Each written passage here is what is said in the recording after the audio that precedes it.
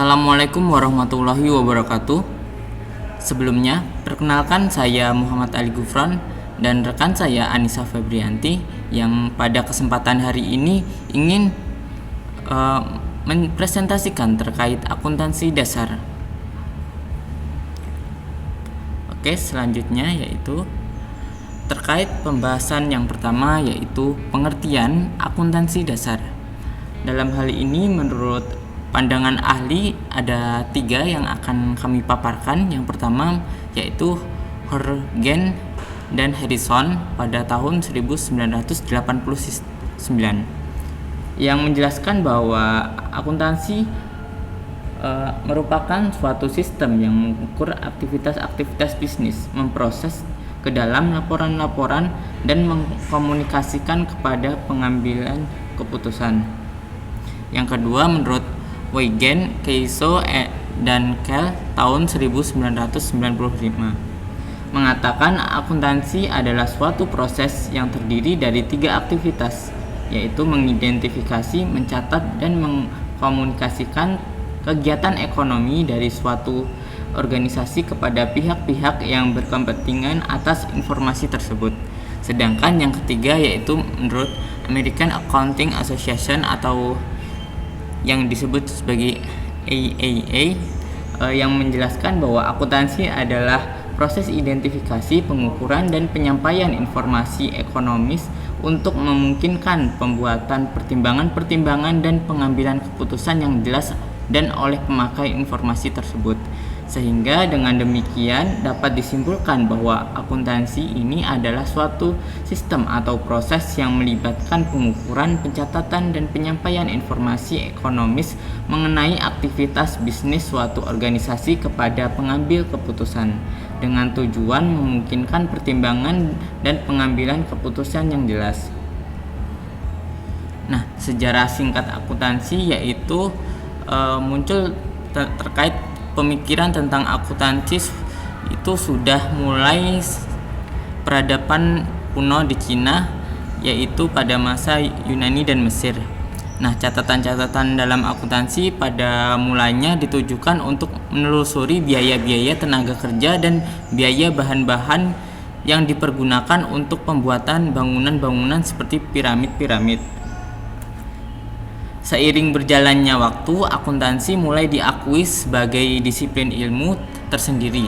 Setelah Perang Dunia Kedua, pengaruh akuntansi semakin terasa di dunia barat bagi banyak negara. Nah, akuntansi ini merupakan masalah nasional dengan standar dan praktek nasional yang melekat di era dengan hukum dan aturan profesional. Nah, biaya tenaga kerja dan biaya bahan-bahan yang dipergunakan untuk pembuatan bangunan itu seperti piramid dan piramid yang lainnya. Nah, selanjutnya itu terkait pemakai dan kebutuhan informasi akuntansi. Yang pertama, kita harus mengenal apa sih itu informasi. Informasi ini adalah salah satu dasar untuk pengambilan keputusan. Laporan keuangan menyediakan informasi kepada orang atau kelompok orang, organisasi yang berbeda-beda kepentingan atau keputusan-keputusan yang akan diambilnya. Nah, informasi yang dibutuhkan oleh pemakai tersebut itu tergantung pada keputusan yang diambil. Ya, dalam hal ini terdapat 2 perbedaan pengambilan keputusan oleh pemakai informasi bagi keuangan, yaitu ada pemakai internal dan pemakai eksternal. Nah, pemakai internal sendiri adalah pihak-pihak yang mengelola bisnis atau perusahaan manajemen. Nah, manajemen ini menggunakan informasi untuk perencanaan, pengendalian, mengevaluasi operasional perusahaan. Sedangkan pemakai investor adalah pihak di luar perusahaan yang mempunyai kepentingan langsung maupun tidak langsung. Yang pertama itu ada investor.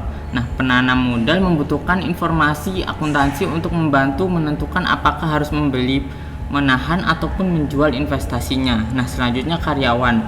Karyawan ini membutuhkan informasi yang memungkinkan mereka untuk menilai perusahaan dalam memberikan balas jasa, manfaat pensiun, dan kesempatan kerja.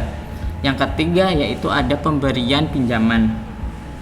Pemberi pinjaman membutuhkan informasi keuangan yang memungkinkan mereka memutuskan apakah pinjaman serta bunganya itu dapat dibayar pada saat jatuh tempo.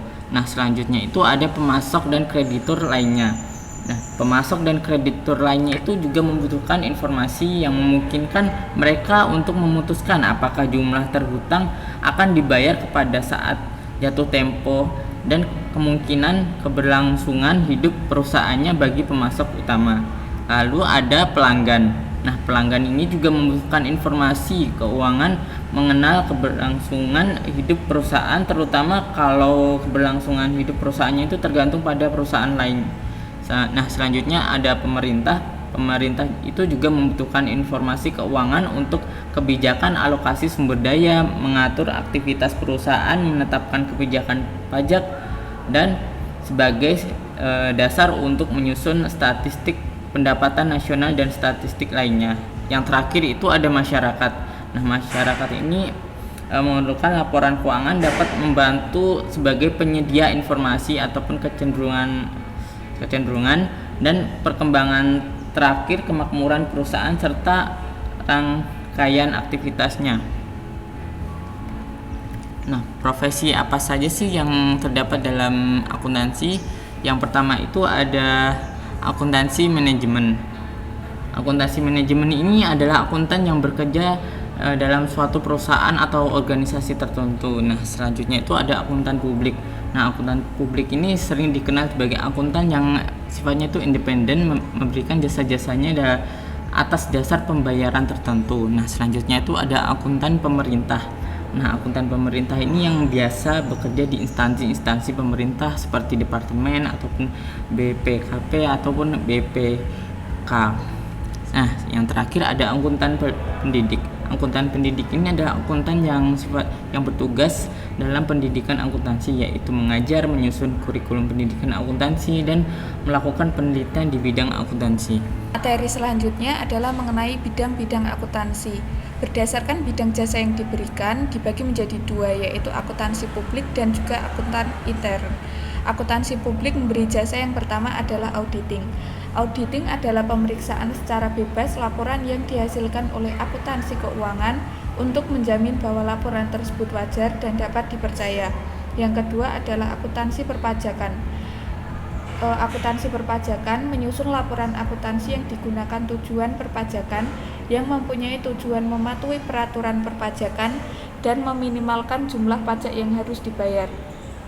Dan yang ketiga adalah konsultasi manajemen, yaitu jasa akuntan publik berupa pemberian saran-saran yang mencakup yang sangat bidang yang luas untuk membantu manajer menjalankan perusahaan. Yang kedua adalah akuntan intern yang memberi jasa. Yang pertama adalah akuntansi biaya. Bidang ini menekankan pada analisa biaya untuk manajer mengontrol dan menetapkan biaya. Yang kedua adalah penganggaran. Bidang ini berhubungan dengan penyusunan rencana keuangan mengenai kegiatan perusahaan untuk jangka waktu tertentu di masa datang serta analisa dan pengontrolannya. Yang ketiga adalah perancangan sistem informasi. Bidang ini mengidentifikasi kebutuhan informasi perusahaan, baik intern maupun ekstern, dan merancang kemudian menerapkannya untuk memenuhi kebutuhan tersebut. Yang keempat adalah auditing intern. Bidang ini mengevaluasi akuntansi dan sistem manajemen perusahaan untuk memperbaiki efisiensi dan memastikan bahwa karyawan mengikuti kebijakan-kebijakan manajemen. Sedangkan bidang-bidang akuntansi berdasarkan bidang akuntansi secara umum, yang pertama adalah akuntansi keuangan. Akuntansi keuangan sama dengan akuntansi umum atau general accounting. Akuntansi keuangan berhubungan dengan transaksi keuangan yang menyangkut perubahan harta, utang, dan modal. Tujuan dari akuntansi keuangan adalah menyajikan laporan keuangan untuk pihak intern, perusahaan atau manajemen, dan pihak-pihak ekstern perusahaan. Yang kedua adalah akuntansi biaya atau cost accounting. Akuntansi biaya berhubungan dengan transaksi keuangan mengenai biaya-biaya, misalnya biaya produksi. Tujuan dari akuntansi biaya adalah menyajikan informasi biaya yang diperlukan untuk kepentingan intern atau pimpinan perusahaan untuk menilai pelaksanaan operasi perusahaan dan menentukan rencana kegiatan di masa mendatang. Yang selanjutnya adalah akuntansi perpajakan atau tax accounting. Akuntansi perpajakan berhubungan dengan penentuan objek pajak yang menjadi biaya perusahaan serta perhitungannya untuk kepentingan penyusunan laporan keuangan. Tujuan dari akuntansi perpajakan adalah menentukan pilihan-pilihan transaksi yang akan terjadi sehubungan dengan pertimbangan-pertimbangan perpajakan. Selanjutnya adalah akuntansi anggaran. Akuntansi anggaran berhubungan dengan pengumpulan dan pengolahan data operasi keuangan yang sudah terjadi serta taksiran kemungkinan yang akan terjadi. Sedangkan untuk tujuan adalah penetapan rencana operasi keuangan perusahaan dalam suatu periode. Selanjutnya adalah akuntansi pemeriksaan atau auditing yang berhubungan dengan pemeriksaan terhadap catatan-catatan hasil kegiatan akuntansi keuangan.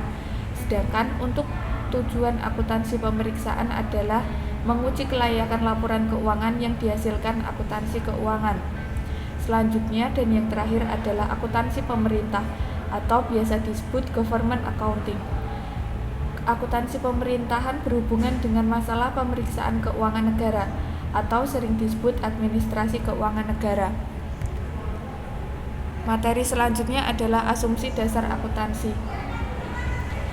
Asumsi dasar akuntansi ada 4, yaitu yang pertama dasar akrual atau accrual basis. Dengan data ini, pengaruh transaksi dan peristiwa lain diakui pada saat kejadian, bukan pada saat uang atau kas diterima atau dibayar, dan dicatat dalam catatan akuntansi serta dilaporkan dalam laporan keuangan pada periode yang bersangkutan. Yang kedua adalah asumsi dasar kelangsungan usaha atau the going concern. Dengan dasar ini, laporan keuangan disusun atas dasar asumsi kelangsungan usaha perusahaan dan akan melanjutkan usahanya di masa depan. Perusahaan diasumsikan tidak bermaksud membubarkan diri atau mengurangi secara material skala usahanya. Yang ketiga adalah asumsi dasar satuan moneter yang stabil atau biasa disebut the stable monetary, mempersyaratkan bahwa hanya transaksi-transaksi yang dapat dinyatakan atau diukur dengan uang yang termasuk dalam catatan akuntansi. Transaksi-transaksi dicatat dengan satuan uang atau rupiah yang stabil dan mengabaikan pengaruh inflasi. Yang terakhir adalah asumsi kesatuan ekonomi atau economic entity. Aktivitas dari suatu kesatuan ekonomi harus dipisahkan dengan aktivitas pribadi pemilik kesatuan ekonomi tersebut. Materi terakhir adalah organisasi-organisasi perusahaan. Organisasi-organisasi perusahaan menurut badan usaha ada 3. Yang pertama, badan usaha perseorangan. Badan usaha perseorangan adalah badan usaha yang dimiliki oleh seorang pemilik. Contohnya toko kelontong, salon, bengkel, dan lain sebagainya. Yang kedua adalah persekutuan, seperti firma dan CV. Adalah badan usaha yang dimiliki oleh 2 orang atau lebih menurut suatu perjanjian tertentu di antara mereka. Dan yang ketiga adalah perseroan terbatas atau biasa disebut PT. PT adalah badan hukum terpisah yang pemiliknya dibagi dalam saham-saham. Dan yang kedua adalah organisasi-organisasi perusahaan menurut jenis-jenis perusahaan. Yang pertama adalah perusahaan jasa. Perusahaan jasa adalah perusahaan yang kegiatannya melayani konsumennya dengan menyediakan jasa benda yang tak berwujud, misalnya perusahaan reparasi, penjahit, salon, dan sebagainya. Yang kedua adalah perusahaan dagang. Perusahaan dagang adalah perusahaan yang kegiatannya membeli barang jadi dan menjualnya kembali tanpa mengolahnya kembali, seperti toko, supermarket, dealer, dan sebagainya. Dan yang terakhir adalah perusahaan industri. Perusahaan industri adalah perusahaan yang kegiatannya mengolah bahan baku menjadi barang jadi dan kemudian menjualnya. Contohnya adalah pabrik sepatu, pabrik rokok, pabrik tekstil, dan sebagainya. Sekian presentasi dari kami, ada kurang dan lebihnya mohon maaf. Wassalamualaikum warahmatullahi wabarakatuh.